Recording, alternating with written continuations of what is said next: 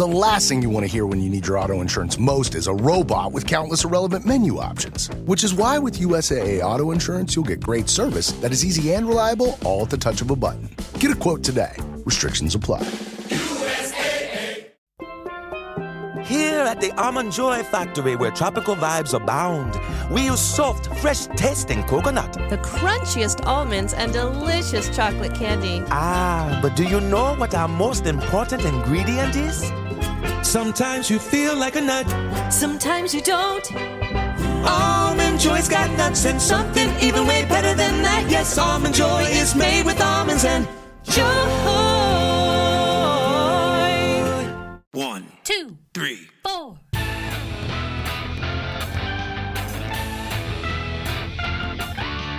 Monster movie. Fun time, go! Monster movie. Fun time, go. Monster Movie. Fun time. Go! Monster movie. Fun time, go. With Precious D and Honeybee. Fun time, go! Ladies and gentlemen, boys and girls, friends and neighbors, welcome to Monster Movie Fun Time Go. I am one of your hosts, Precious D. And the other one of your hosts, Honeybee. Honeybee and I are two best friends making our way through the history of kaiju movies. We started in 1933 with the original King Kong. Today we're backtracking a little bit to 2012 to pick up something we forgot, which is Wrath of the Titans. This is only barely a kaiju movie, but because we did the two other versions of Clash of the Titans, it kind of felt we needed to do this one. Yeah, which we totally knew in the moment. I don't know how we skipped over it, magically skipped over it. I just didn't type it into the list, I guess. It wasn't there to start with, and I forgot to add it. So it's from 2012. It is 99 minutes. The budget was $150 million, and the box office was $302 million.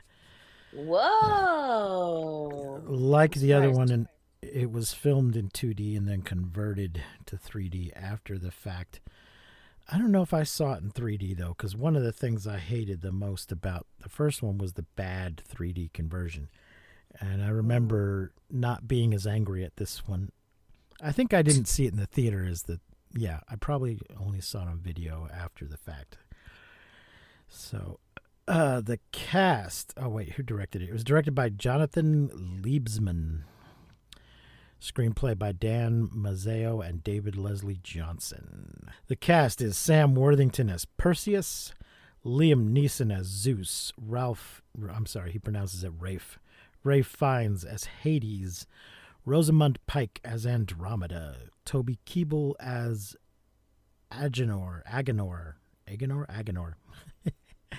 Bill Nighy as Hephaestus, Edgar Ramirez as Ares, Danny Houston as Poseidon, Lily James appears as Corina, while Matt Milne plays another Argive soldier, and Alejandro Naranjo plays Argive General Mantius. So it looks like there's a couple of Hispanics in here, but no Greeks. Wah, wah. Oh, and John Bell plays Helios, son of Perseus, who in classical mythology is not the son of Perseus. I think he has a number of children. None of them are named Helios. Oh, and Spencer Wilding is the Minotaur. Ew. Okay, so Honeybee, first impressions of Wrath of the Titans. Okay, well, I'm gonna say that watching the beginning of this made me realize I'm probably a little too lenient with my 5 stars because I distinctly remember enjoying Clash of the Titans while watching it and really loving it, this particular version. And then watching the beginning of this movie, I was just like, what the fuck happened in the first one? Why can't I remember? I don't think it was as memorable as I thought it was going to be when I was watching it and thoroughly enjoying it. So I kind of realized that at the beginning of this one. Mm-hmm. Also, I don't know anything about mythology really, so it doesn't bother me that any of this is just silly nonsense and makes no sense. Right. But I can't wait to hear about how you feel about some of the silliness that makes no sense because I know that you Right. do know what the fuck you're talking Yeah. about. I mean, the specifics of the plot of this film do not appear in Greek mythology. Right. There was not a time when uh, Hades was going to release his father from his prison and have him kill Zeus and all of that Yeah, nonsense. and just something about gods still having to answer to their daddy just like makes me LOL. Like, okay, sure. But yeah, I mean, I enjoyed it while watching it. Pretty much like the first one. There was a lot of shit going on, like silly shit that is kind of stupid, and I'm like, okay, come on.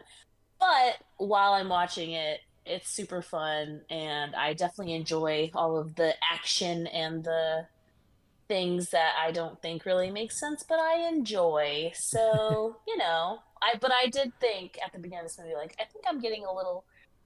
I think I'm very quick to give out a 5 star. Like, oh, I had so much fun. I love this. But then if the movie isn't memorable, is it a 5 star movie? So I don't know. Something I realized while watching this one.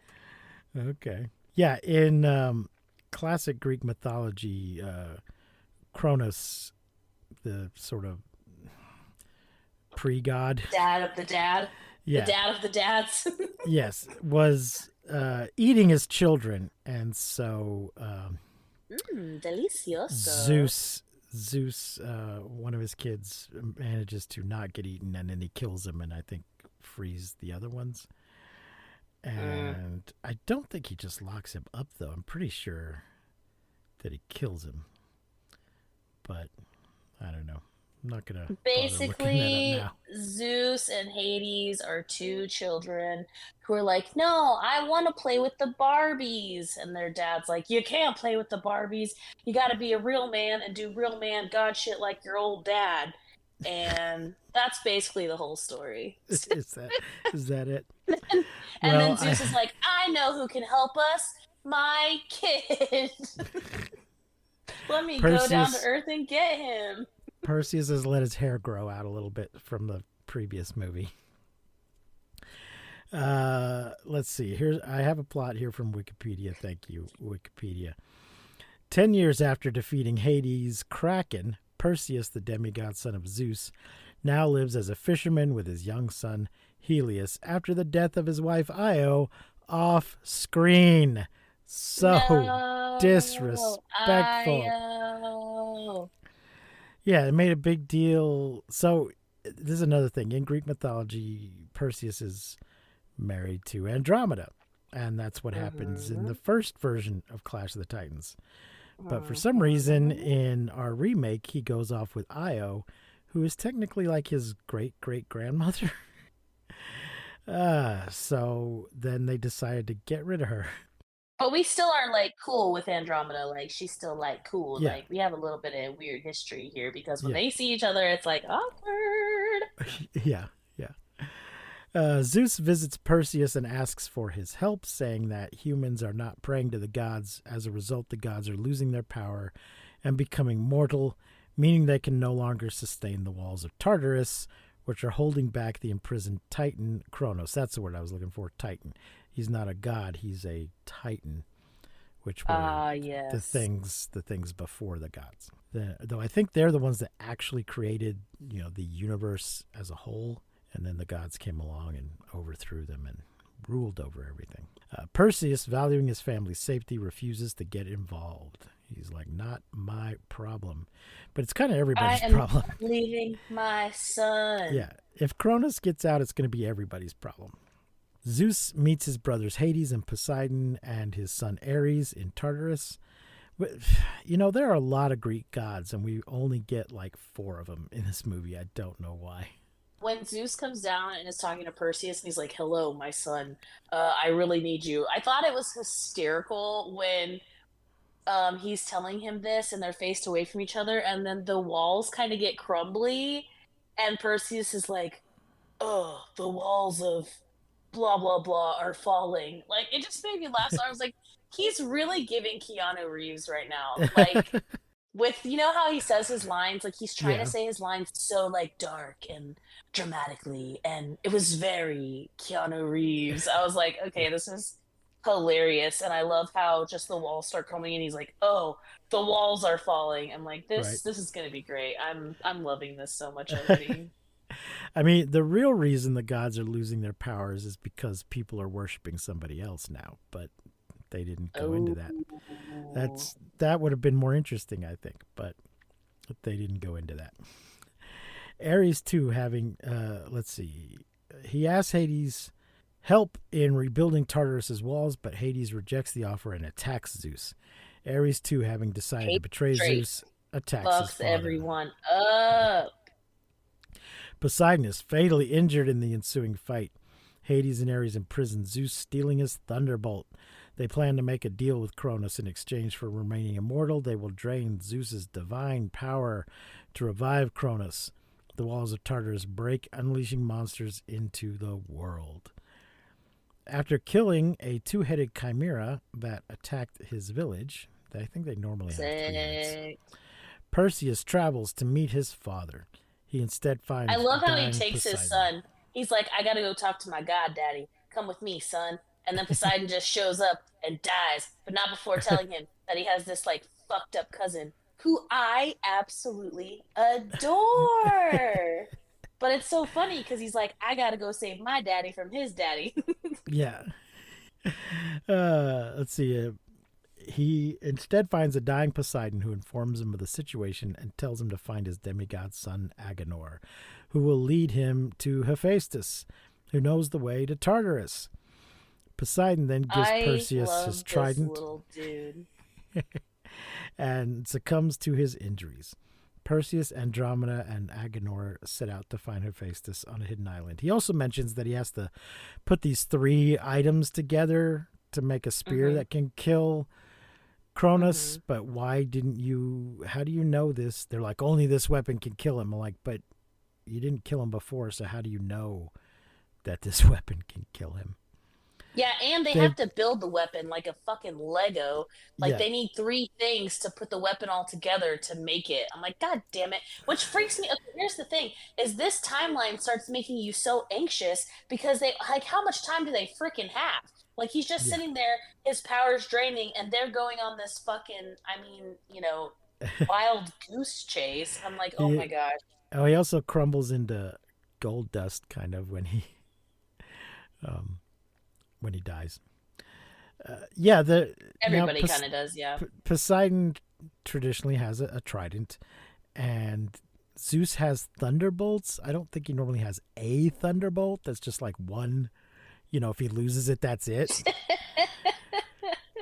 But then they gave, because they needed 3 things, they gave Hades a pitchfork, they called it, but it was just a 2-pronged fork, and I don't think that is traditionally his item. I don't think he has an item. I think that's just not nonsense. Oh, and here we're getting to that. Let's see. Perseus, Andromeda, and Agenor set out to find Hephaestus on a hidden island. Agenor explains that Hephaestus created 3 weapons which Zeus, Hades, and Poseidon wield. Zeus's thunderbolt, Hades' pitchfork, and Poseidon's trident, which can jointly form the Spear of Triome, the only weapon that can defeat Cronus. After an encounter with 3 30-foot cyclopses, so there's some of our kaiju, folks, the travelers eventually meet the now mortal Hephaestus and reach the entrance of a labyrinth leading to Tartarus, because Zeus took his power away, I think is why he's immortal now. We also...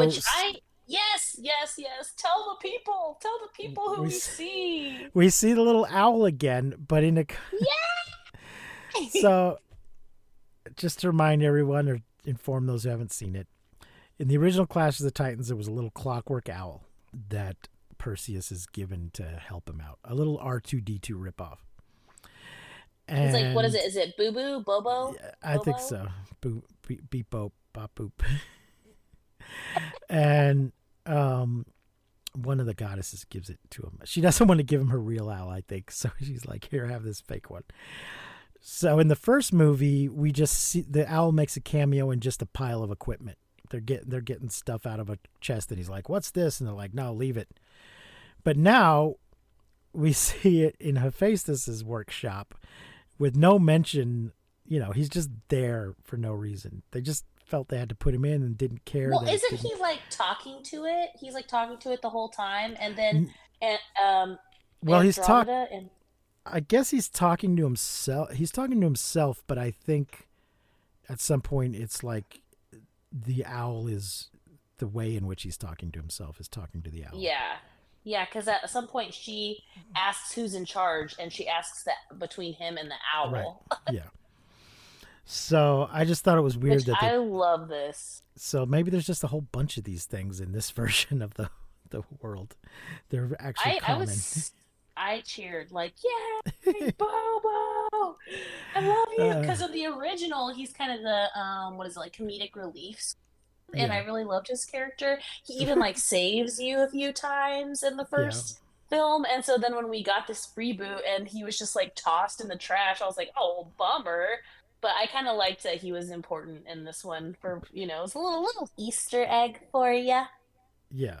And it was, in the original, they were sort of doing a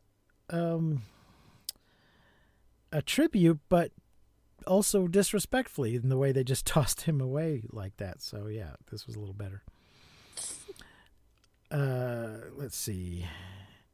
So we get to the labyrinth, which is like the only way to get to the underworld. Yeah. What's his face built it? After an encounter, the Cyclopses, they eventually meet the now immortal Hephaestus and reach the entrance to a labyrinth leading to Tartarus. Hephaestus sacrifices and this is where I have himself. this note of like, we don't have time for this Harry Potter Hogwarts bullshit. Like, what is like? We just do not have time for this. Like, we gotta hurry up, people. Let's get it together. Also, the labyrinth and the Minotaur are a Theseus thing, not a Perseus thing. But what the heck? We used up all the Perseus stuff in the first movie. Disgusting. Hephaestus sacrifices himself during an attack by Ares to enable Perseus, Andromeda, and Agenor to enter the labyrinth. Once inside the labyrinth, they encounter the Minotaur that attacks them, but Perseus manages to kill it. Go ahead. I love when he's like, I said cat fight. I love when Ares is like, or Perseus is like, you betrayed our father. And he's like, he betrayed me by choosing you. And I was like, fight, fight, fight, fight, fight. But Ares is Ares is a full god. I believe Hera is his mother. And I don't know that Zeus chose Perseus over Ares, because Perseus is just chilling on... He just went to talk to him, and Perseus is like, no, I don't want anything to do with your god shit. The group eventually enters Tartarus. Meanwhile, Zeus has been almost entirely drained of power as Kronos awakens. So they got Zeus strapped up, crucified almost. Well, in an X form, crucified with bands of sort of gold rock holding him in place. Mm-hmm. Kronos is a big lava monster in this, and he's sort of stuck part way in a cliffside or something. He's like Tafiti from Moana. Yeah. So he's almost... also this part where the cousin, the like Poseidon's son, I fucking love this guy because he's like the fuck up, and I just like deeply relate to that. But he also like knows his shit, But they have this moment where Perseus is like, I can't beat him, and he just smacks the shit out of him and is like, hey, yesterday I was, a thief and a liar and in prison, and today, like, I'm trying to save the universe, buddy, like, jump in. And I'm like, I fucking love this dude. I love him so much. I love that we added this character in this movie, and he's my favorite. I think you're on mute. Workday starting to sound the same? I think you're on mute. Find something that sounds better for your career on LinkedIn. With LinkedIn Job Collections, you can browse curated collections by relevant industries and benefits, like flex PTO or hybrid workplaces, so you can find the right job for you. Get started at linkedin.com/jobs. Finding where you fit. LinkedIn knows how. Hey, it's Paris. I love sparkly things, right? Like stars. Duh. And thanks to Hilton and AutoCamp, I just slept under them. Picture me, serving looks by the fire outside my luxurious Airstream, making s'mores with the kids, while a national park is our backdrop. The great outdoors meets Hilton hospitality. That's hot. Explore all the new ways to stay at Hilton.com. Hilton for the stay. Let's see. So they've almost drained him of his power as Cronus awakens. Zeus apologizes to Hades for banishing him to the underworld and asks his forgiveness, as he has forgiven Hades for his actions. Brothers! Hades decides to help Zeus and stop Cronus, in contrast to Ares, who still wants to proceed to the former's revival. Perseus arrives and frees Zeus. Ares wounds Zeus. Daddy, open your eyes, Daddy, I'm here to save you. And Andromeda helps too. Ares wounds Zeus with Hades' pitchfork, allowing Perseus to obtain it before he and the others escape Tartarus with Zeus. Aiming to retrieve Zeus's thunderbolt from Ares in order to defeat Cronus, Perseus challenges him to a duel. Is that what happens? I don't think so. Meanwhile, I mean, everybody's fighting. Like, it's not, it's like everybody, like the cousin and everybody's fighting. I wouldn't say he didn't like slap his face with a glove and challenge him to a duel. Meanwhile, Andromeda's army, she's had an army hanging around just waiting for shit to go down. The army is overwhelmed by the Makai, which are just a bunch of monsters that have been let loose. There's a link here, I guess. They're a real thing. Oh, shit. Collectively, the personification of battle in war. That's what they are. Okay. They are listed among the children of Eris, strife. Like all the children of Eris given by Hesiod, the Makai are a personified abstraction. Well, they weren't an abstraction in here. They were tearing shit up. Hades revives the Zeus. CGI was CGI. Yeah. And together they defeat the creatures. So, they just start... his gray hair turns black and they go out and just start fighting shit. The power of brotherly love brings him back to life and makes him 10,000 years younger. And then Hades is like, let's give him the old razzle-dazzle, kid. Let's get out there and give him a show. Yeah, just like the old days. Hades revives... Let's see. Cronus appears and begins to attack Andromeda's army. Zeus and Hades hold off Cronus while Perseus duels Ares, eventually killing him with the thunderbolt. Combining the gods' weapons into the Spear of Triumph, Perseus destroys Cronus by traveling to his heart and throwing the spear into it. Well, he summons Pegasus, and they do some flying around stuff and getting lava shot at them, and then they just fly right down his mouth. Zeus, very anticlimactic. Yeah. Zeus reconciles with Perseus and then dies of his wounds. Hades leaves. What the fuck? Yeah. Hades leaves, telling Perseus that he is now powerless. Perseus kisses Andromeda. No. I think Andromeda kisses Perseus. No, he kisses her. Does he? Okay, I thought she laid it on her. She's like, he like, the cousin is like, hey, calling the son over there to kind of get him out of the way. He's like, come meet your Uncle Navigator over here. And then she's like talking about army shit and like, we got to do this and we got to do this. And he just grabs her and kisses her. And gross. Yeah. Helios tells his father that he wants to return to his life as a fisherman. Yeah, because Helios was pretending to be a god earlier and like looking forward to being a god one day. But Perseus tells him that they cannot. Perseus encourages Helios. He can't go home. Here's a sword instead. Yeah. Perseus encourages Helios to be proud of himself as he is the son of Perseus and the grandson of Zeus. The film ends with Perseus giving his sword to Helios. Okay, so something that I really loved is when the guy's like, come over here and meet your Uncle Navigator. And then the kid's like, oh, I've heard that you were a great disappointment. And he's like, that's right. I am great. Yeah. I am great. I love that. Yeah. And then something else that I really loved, another line that I really loved was when they meet the guy who, created the Triton and all that shit. And he's like, oh, yeah, you're the, release the Kraken and all that, right? Like, he's like, oh, yeah, that was you. Release the Kraken, right? And I love that line. I thought it was so good. It was so funny. Yeah, I watched the last movie. Yeah.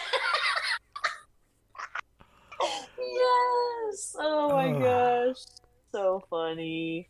And I also love when the cousin is introducing himself to that guy, and he's like, yeah, never heard of ya. And he's like, oh, well, maybe you know me by another name, the Navigator. And he's like, the Navigator? The Navigator! Nope, still don't know you.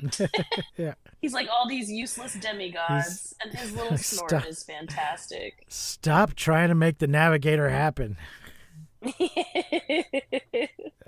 That's not a thing. Oh, yeah. I'm really glad we came back to this this guy. It was fun. It was fun. I guess my favorite part was Rosamund Pike because she's nice to look at. Yeah, she is.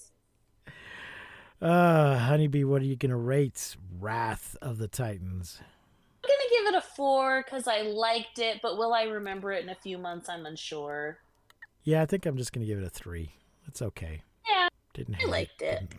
It is currently on Netflix, and it was in the top 10 for the first week. They just recently added it or re-added it or whatever to Netflix, and a lot of people wanted to watch it for some reason.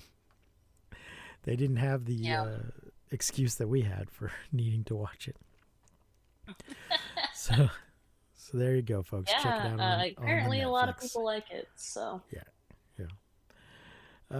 Wait, what did you think of Sam Worthington this time around? Did you still think he was boring? And I liked him a little better this time. Yes, yeah, I thought so. Maybe it was just the hair. His buzz cut really annoyed me in the last one. I just wasn't feeling it. Oh my gosh, that's so funny. I kind of hated the beginning where he's like, I'm just a regular guy doing regular guy shit with my kid. And no, we ain't going nowhere. I'm not going to leave my kid. And it was just really, it just felt like you're trying a little bit too hard. Like, cool it, Keanu Reeves. Okay, like, cool it. But I thought he did great. And I like him better than you do, I think. So, but I was just wondering if you happen to like him better in this film or not. Yeah, I liked the film in general better. I'm not sure why, but I did. Nice. Well, that's about it for this week. Next week, we're doing The Ash Lad in the Hall of the Mountain King, which I think is streaming on several things, isn't it? Yeah. If you watch it on Peacock, they'll show you ads at the beginning and then leave you alone. If you watch it anywhere else, they'll probably make you keep breaking for ads. So there you go. Yeah. Well, that is going to wrap it up for this week, folks. Remember to come find us at Kaiju Go if you're in the area. That'll be on August 16th. A Japanese film, toy, and art show. August 16th. Go to kaijugo.com for all the details. Until next week, I have been Precious D. I have been Honey Bee. Remember to keep calm and take shelter in basements. And please, don't misuse science. We won't see you, but you will hear us next time on Monster Movie Fun Time Go. You've been listening to Monster Movie Fun Time Go. If you enjoyed the show, please consider rating and reviewing us on your podcasting platform of choice. You can leave us a message and find links to all our things at mmftg.com.